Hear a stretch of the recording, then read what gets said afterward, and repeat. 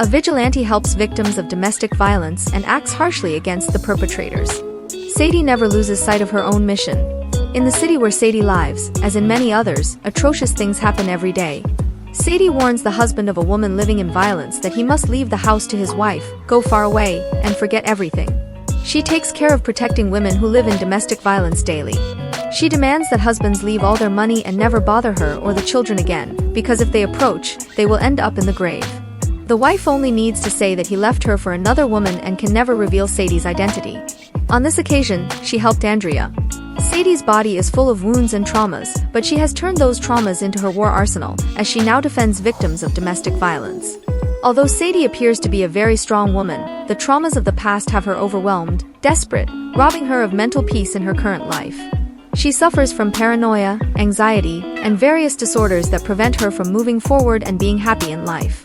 Nowadays, many women and men suffer from domestic violence. Women endure because they are in love, so they let it happen once, and the executioner sees that it is allowed, so they continue in that vicious circle. For example, Maya allowed herself to be abused, but when the man abused her son, she put a stop to it. However, even then, it is difficult to break out of that vicious circle because even if you distance yourself, within your mind, if you are not mentally strong enough or do not seek help, you might consider returning to the one who causes you harm. But there is another side, which is Sadie. She can no longer tolerate everything that happens in the world. How can you return to the place where you are abused? Being independent should be a rule taught to children from a young age because, as adults, they suffer the consequences of not being able to detach. It is also tremendously difficult to accept that someone who loves you is hurting you. We are afraid to think there is no escape and confused because we do not know where to go. But we all have value. We must cling to freedom to get out of this, as the freedom each person has is real. Sadie is always on the lookout, always training, but she lives alone, so we already know what her main pastime is. Today, another client hired her, who is tired of all the abuse she has endured. She finally said enough. It is a fight that if you fight mentally, you can win, and Sadie is prepared to do that dirty work that no one wants to do. She is ready to fight until the end, even though she is a bit crazy. She recommends to everyone to go to support groups, but she does not follow that advice herself. She alone falls and gets back up and knows how to have fun on her own and not allow anyone to hurt her. Sadie's life is very lonely, but better alone than in bad company. However, by being alone, men see her as easy prey, thinking they can do whatever they want with her, but they have no idea who they are dealing with. So, on the streets, she has to defend herself. Sadie is always called when someone has already hit rock bottom and can no longer endure the abuse they receive. But this time, the call came from someone else, seeing the suffering of a small child. There is an older brother and another little one kept under lock and key, but this time the psychopath is a drunken woman. So here there are no differences, both men and women do evil. The little one lived in a room full of feces, with an unbearable smell, but how can there be that kind of mothers when there are women who long with all their hearts to have a child? The little ones are malnourished, scared, with no responsible adult. Sadie cannot take them with her because they would not be safe with her either, due to the life she leads. This is the hardest case Sadie has faced, and it touched her heart since she is a survivor like the little ones. She knows the pain and suffering caused by harm. Sadie attended support groups in the past and recounts how she, her husband, and their son went camping, but when she broke the rules, she suffered the consequences. She did not have her parents close, as they moved out of the country. Her husband did not allow her to work, and she was with him for about 10 years. But one day, her husband came home from work early, manic, and asked them to pack because they were going far away.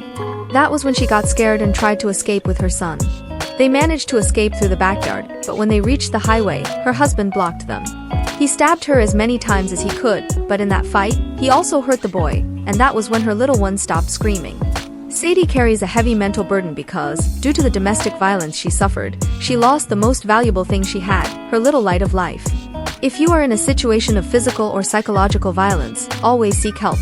You are here, alive, but there are those who no longer have a voice to ask for help. Fight back even if it drives you crazy. While in that support group, she began to investigate self-defense techniques. Additionally, the bank is going to take her house, and she did not have life insurance since her husband was missing but not dead. For the loss of her little light, she was going to receive only $2,500, meaning Sadie was hitting rock bottom. She no longer had a home and had to go to the house where she lived to pick up some belongings since the bank was going to own the house. It was terrible to recall everything and no longer have her little one. The child was very intelligent, but now she just had to be strong after everything she had lived through. She was alone, with no one to help her, without money, so she took everything she could from the house and left the support group because she knew exactly what she wanted to do with her life: fight for those who couldn't. The lady from the support group found out about all this and helped her by not reporting her. Now, Sadie is a completely different woman and helps the unprotected, those who cannot raise their voice for fear of being beaten. But in the twists of life, Sadie has been kidnapped. Her husband has returned. The bastard has her back. To him, she is still his girl.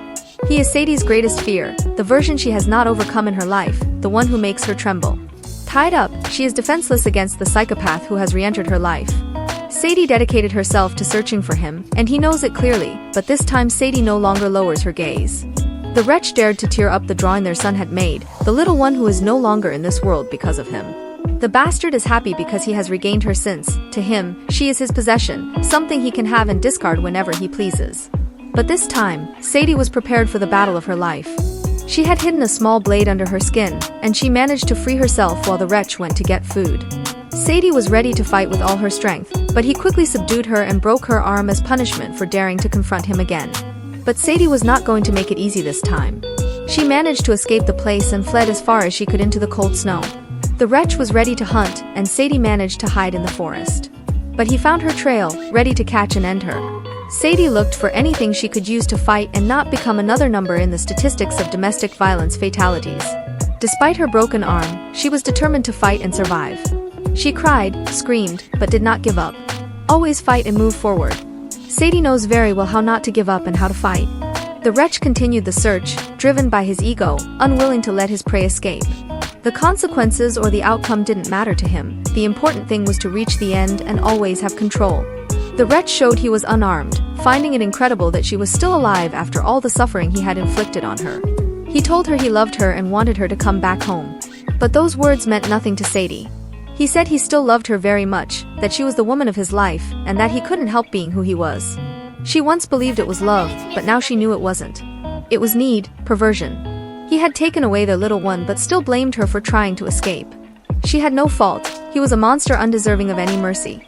So, Sadie ended the monster's life and now is a free woman. She ended the nightmare that had been her life.